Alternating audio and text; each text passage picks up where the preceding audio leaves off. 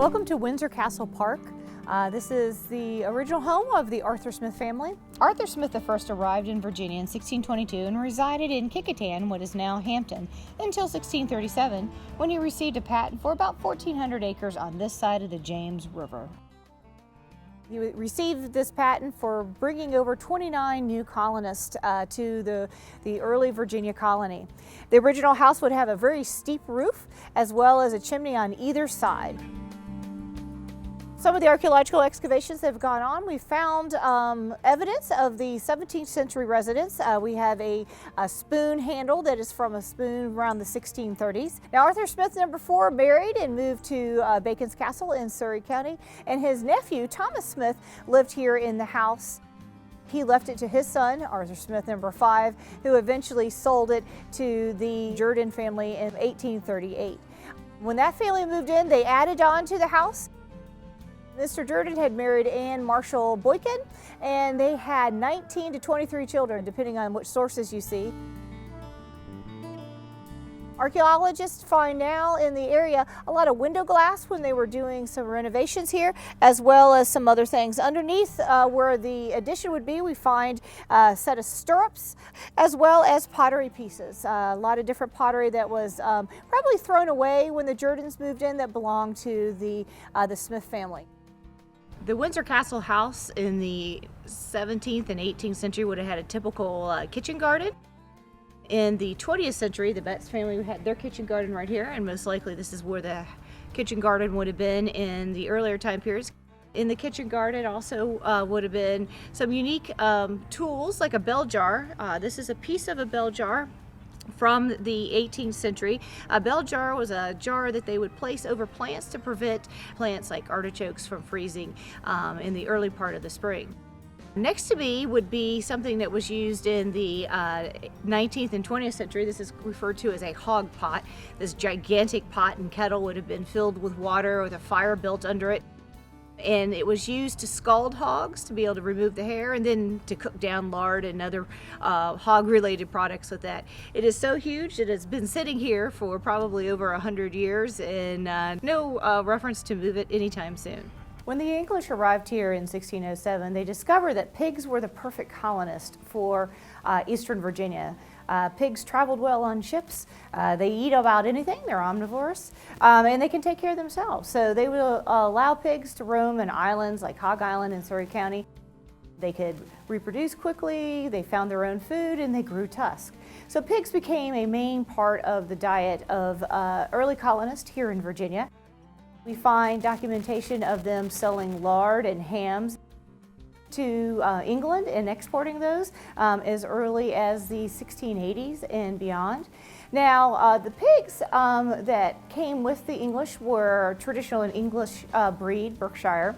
And when the colonists were here, they salted hams, but they noticed that the Native Americans also smoked their meat. They would put the meat in the top of their houses, or they would put it over a fire, and they would smoke the meat to preserve it. So the English combined salting hams as well as smoking them to create what we know as Smithfield ham today.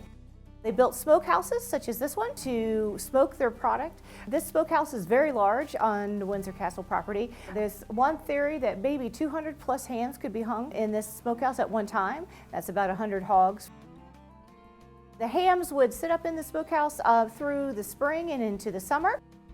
And as the summer wore on, the heat would cause the fat to drip. And you'll notice as you're looking up, the very bottom rungs have a lot of fat on them where it had dripped down. The workers would climb up into the rafters, starting hanging the hams at the very top and working their way down. They also would hang bacon and other shoulders as well. The lard would be rendered down in the large hog pot we just saw, and from there it could be exported. Now we know in 1740s, Mallory Todd here in Smithfield was exporting hams to the Caribbean, and hams became a major export as well as lard and bacon. One of the things found in archaeological excavations is a hog tusk. Domestic hogs don't have tusks, but they're allowed to run wild in the woods and feed for themselves. They find their own, they grow tusks to protect themselves. It doesn't look like much, but in the mouth of a pig that's pretty angry at you, it would be quite dangerous. The Arthur Smith family would have had a smokehouse like this one. This one was built in the probably early part of the 1800s. The Smith family would have had hogs and would have been able to export hams and lard from their wharf right down the hill here. Windsor Castle farm was an active farm all the way up into the modern era. The first part of this building, which is in the center, would be an 18th century, 1700s barn. You can see the original piers here, and we have the original wood inside. On the sides, they were added probably in the 1840s or a little bit later, creating a barn that could hold corn. It could hold lots of other products grown on the farm, peas. We know they were growing soybeans and black-eyed peas for feeding their pigs. So the barn itself has been standing since the 18th century. Very important part of the farm. You'll notice there were a lot of barns in this area, and they're very close to the household, so you can have easy access. The kitchen was built around the same time as the house, around 1725 to 1740. The kitchen has two rooms on the first floor. One is the actual kitchen. The second, this room would be where the washroom was, or the still room is what they called it. The stairs go upstairs to two rooms upstairs that would have been where the servants or slaves would have been housed. We have done some excavations. There's been pottery found, as well as a rib bone for a cow. Beef was an important part of the diet because it was such a large animal. The kitchen was the center part of the community. Children would be playing in the area, and one of the things they found underneath the steps was a clay marble. Now, this marble is a typical marble from the early 18th century all the way up into the 1900s. But you see children actively living in this area, and find evidence of not only bones and pottery, but playthings as well. The kitchen was the heavily used building. It also has a root cellar in it, and a root cellar is important because of the kitchen garden next door. They would store root vegetables for the winter. We know a little bit about what was in the kitchen from Arthur Smith, the Force inventory of his house. We know there were 3 kitchen tables.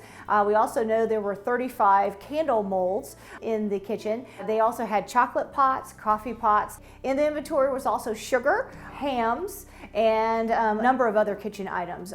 Quite a bit, showing that the kitchen produced a lot of food for the residents as well as visitors to the house. In 1884, Jeremiah Johnson bought the house and the farm. The house itself he remodeled. The outbuildings in the area were somewhat remodeled, but Jeremiah Johnson did not want to do too much farming, so he actually rented the farm out.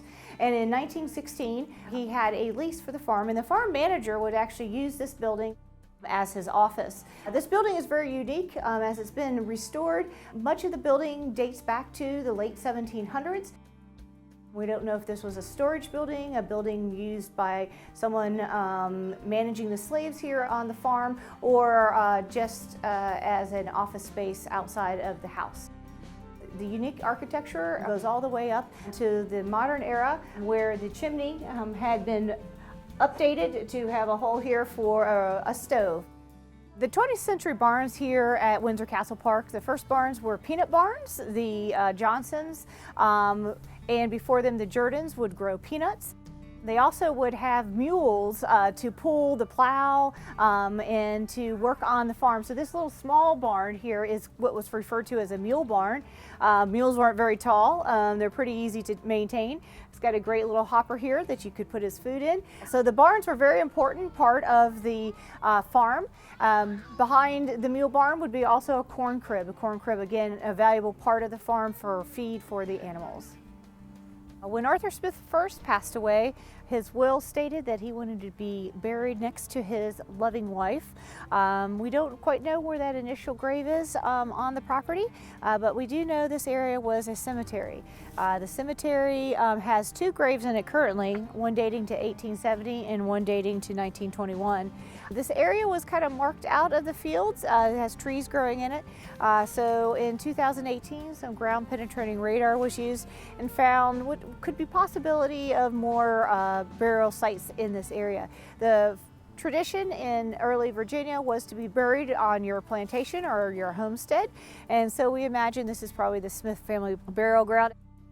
In 1884, when the Johnson family purchased the house, the Johnson and Betts added all the plumbing to the house, they added the electricity to the house, they put in a septic system, and they had to dig a brand new well. The Betts family also did a lot of the landscaping. Charles Betts had a paperweight that was on his desk, and in the paperweight is a photograph of the house. And you can see this magnolia tree I'm standing under is a very, very small sapling at the time. The Betts family finally sold the house to the McMurrins, and then the house came to the town of Smithfield in 2008. The town of Smithfield has been working on renovating the house, updating the house for events, and during some of the renovations, some interesting things have been found. And taking the paint off the front door of the house, we found some interesting etchings done by a child, most likely, of a ship, and some lovely ladies. And we're assuming that somebody had just received a new pocket knife and decided to practice with it. So we found some interesting things telling the story about the Windsor Castle house. The important thing about the Windsor Castle farm and house is it's been in existence since 1634. This has always been a home, a working farm for a number of families throughout history, and it continues to be a working farm and a popular spot here in Smithfield to visit, to walk the trails. So join the town of Smithfield and come by and see the Windsor Castle Park and enjoy your visit in view of Cypress Creek.